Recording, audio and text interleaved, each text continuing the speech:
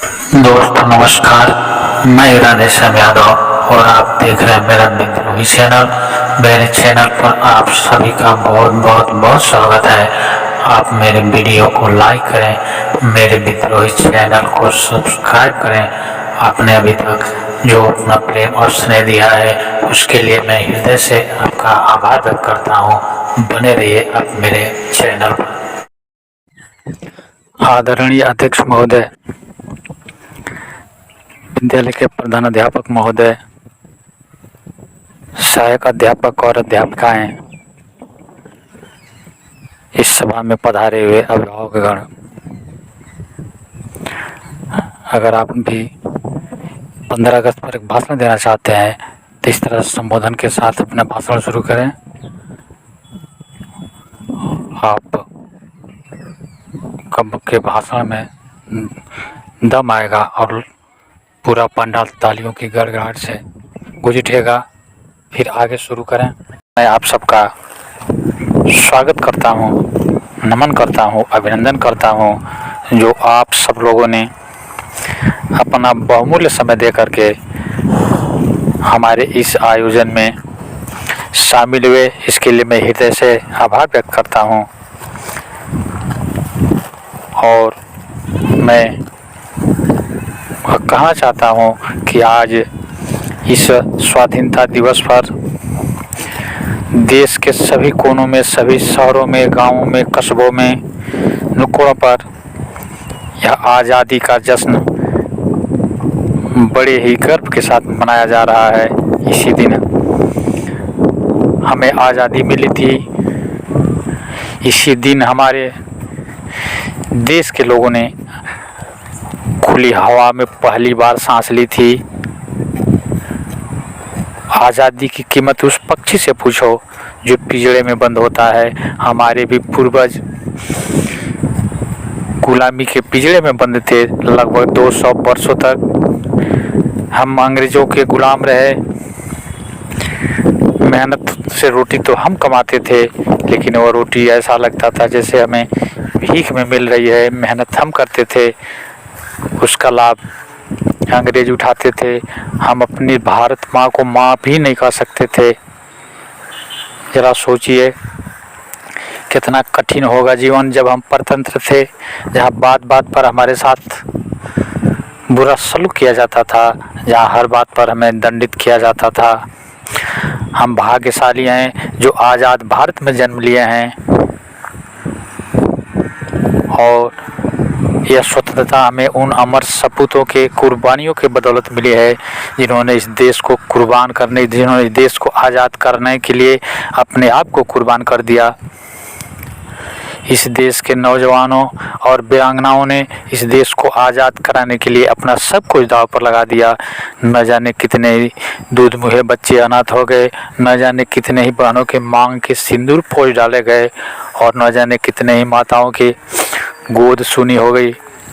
लेकिन वह एक जुनून था, वह जुनून था देश को आज़ाद कराने के लिए। और पूरे देशवासी, समूचा भारत एकजुट होकर के उन अंग्रेज़ों का विरोध किया। और आखिर वह दिन भी आया जब अंग्रेज़ों को भारत छोड़ करके भागना पड़ा।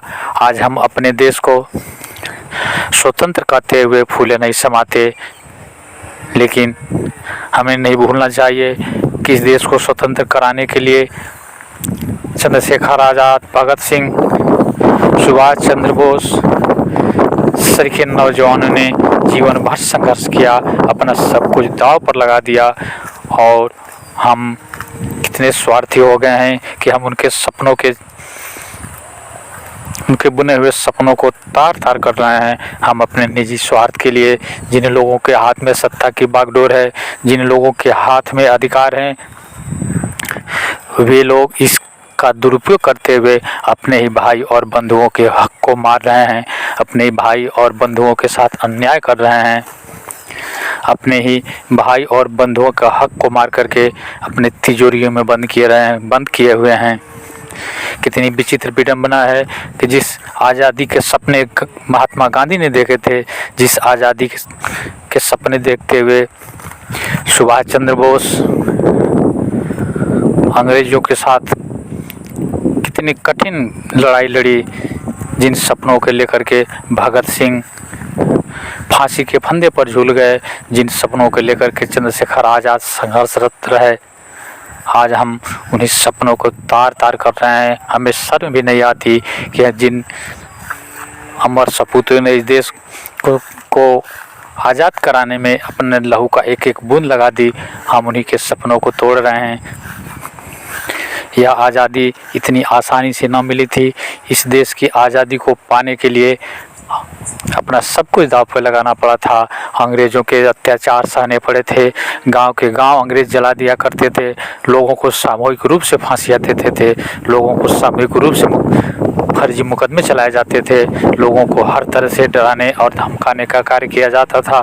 लेकिन इन सब प्रताड़नाओं को सहते हुए, इन सब सजाओं को भुगतते हुए हमारे वीर शहीदों ने इस देश को आज़ाद किया। उन्होंने अपनी कुर्बानी दे करके इस देश को आज़ाद किया। इसके कारण हमारा यह दायित्व बनता है, हमारी जिम्मेदारी बनती है कि हम उनके सपनों को पूरा करें, हम उनकी कुर्बानी, हम उनके बलिदान को व्यर्थ न जाने दें। उस समय तो लड़ाई लड़ना आसान था, क्योंकि अंग्रेज़ विदेशी थे, वे दूसरे धरती से आए थे। लेकिन आज लड़ाई हमें अपने लोगों से लड़नी है, जो हमारे हैं, जो हमारे बीच के हैं, जो हमारे ज़मीं के हैं, उन लोगों से लड़नी है। और उन लोगों से लड़ कर के हमें उन अमर शहीदों के सपनों को साकार करना है, इस देश को आगे बढ़ाना है। वो कहा जाता है किसी भी देश के नागरिक को आगे ले जाने की जिम्मेदारी देश की नहीं होती, बल्कि हर देशवासी की जिम्मेदारी होती है कि वो अपने देश को आगे ले जाए। हमें भी अपने इस दायित्व को समझना होगा। हमें भी इस देश को आगे ले जाने के लिए वो सारे विकल्प ढूंढने होंगे, जिन विकल्पों पर चल करके हम भारत को दुनिया में नंबर 1 बना सकते हैं, भारत को हम फिर से सोने की चिड़िया बना सकते हैं। इसके लिए हमें आवश्यकता है फिर से अपने आप को कमर कसने की, अपने आप के भीतर स्वाभिमान को जगाने की, अपने भीतर उस कर्तव्य परायणता को जगाने की। फिर वह दिन दूर नहीं जब हम फिर से सोने की चिड़िया बन सकते हैं। लेकिन इसके लिए हमें अपने व्यक्तिगत स्वार्थों से ऊपर उठ करके देश हित में सोचना पड़ेगा, देश हित में व्यवहार करना पड़ेगा, और हर सांसों में इस देश को बसाना पड़ेगा, इस देश की उन्नति को बसाना पड़ेगा। तब जा कर के हम अपने भारत का स्वाभिमान वापस ले पाएंगे, तभी जा कर के हम पूरी दुनिया को दिखा पाएंगे कि हमारे अंदर क्वालिटी है, हम देश से प्रेम करते हैं। वो कहा जाता है जो भरा नहीं है भावों से बहती जिसमें रसधार नहीं, वह हृदय नहीं वह पत्थर है, जिसमें स्वदेश का प्यार नहीं, जिसमें स्वदेश का प्यार नहीं। मित्रों, आप मेरे इस वीडियो को लाइक करें, मेरे विद्रोही चैनल को सब्सक्राइब करें। मिलते हैं अगले वीडियो में एक नए विषय के साथ। तब तक के लिए नमस्कार, जय हिंद, जय भारत, वंदे मातरम।